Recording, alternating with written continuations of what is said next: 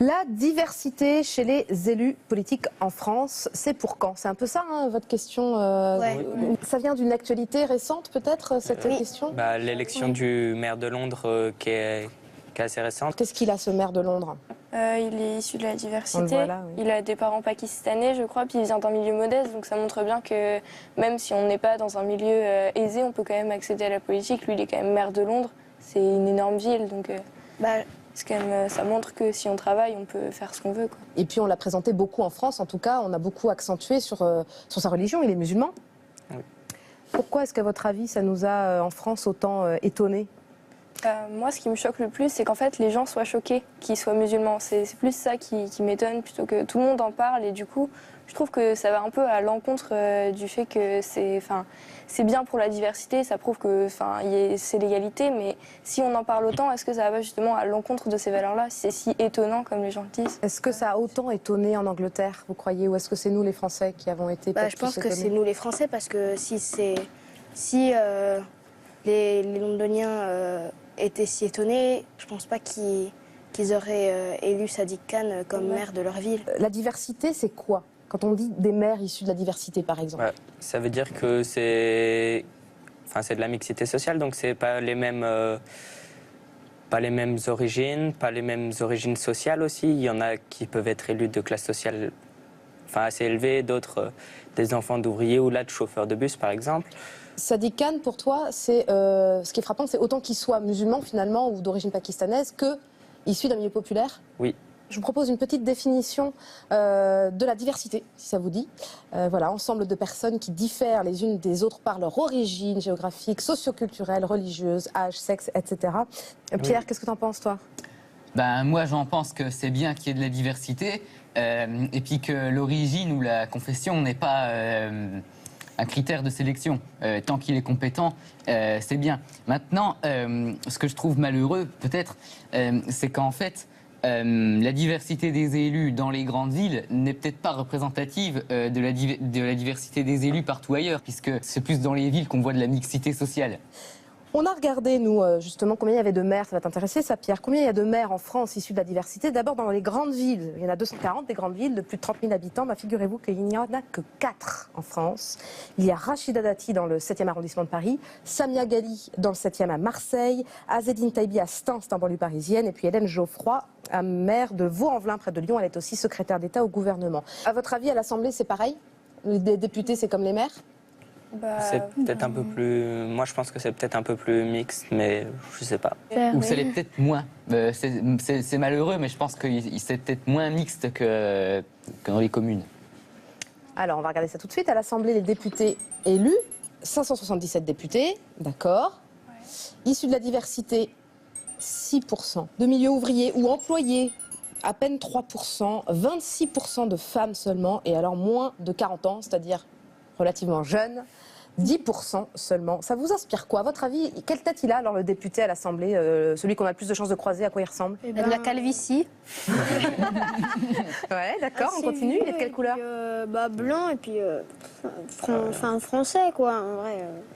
Français, quoi, en vrai. Moi, en tout cas, si à la base, si on me dit décris-moi un député que tu imagines, je lui donnerais plus de 40 ans, avec une calvitie, blanc de peau et... Donc pas une femme. Ouais, non, quand tu dis quoi? Donc pas une femme. Enfin, une donc femme un avec homme. calvitie, c'est possible, hein, mais... Donc un homme rare, plutôt voilà. âgé, blanc, qui est de quel milieu social?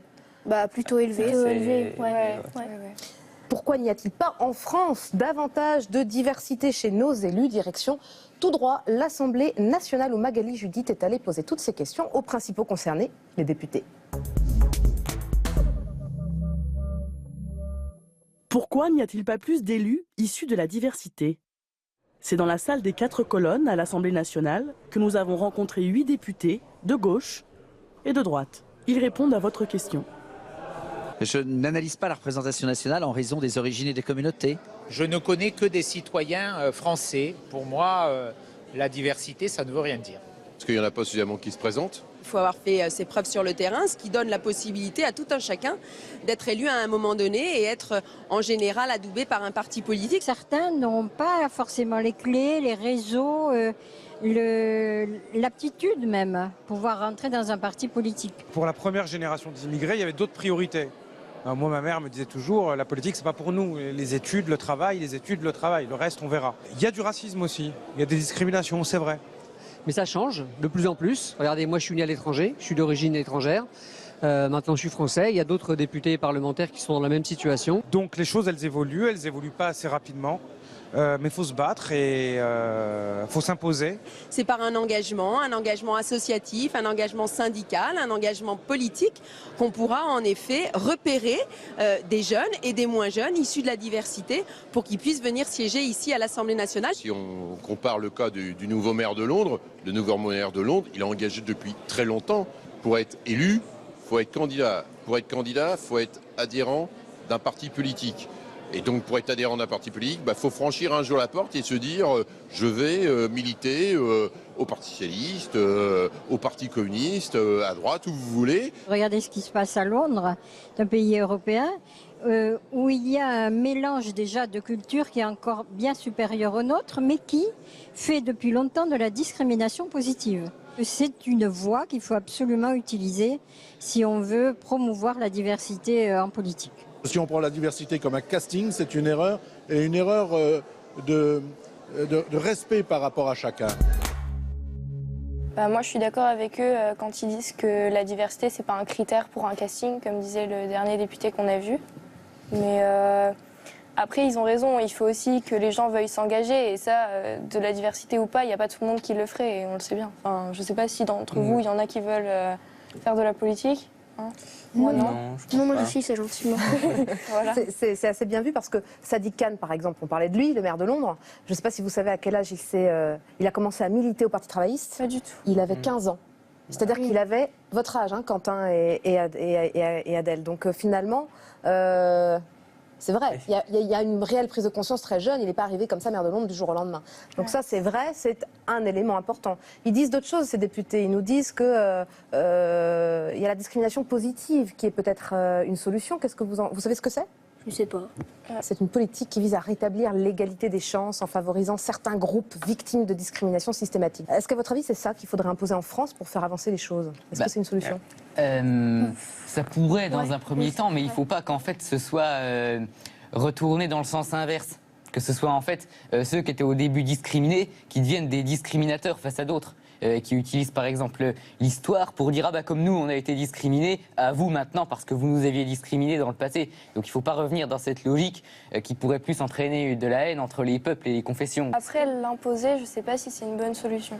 Peut-être au lieu de l'imposer, peut-être plus le proposer. Voilà, c'est ça. Déjà essayer d'aider les gens issus des milieux défavorisés qui veulent faire de la politique et du coup ça ferait de la discrimination positive, mais pas l'imposer, parce que quand on impose quelque chose, en général, les gens sont contre.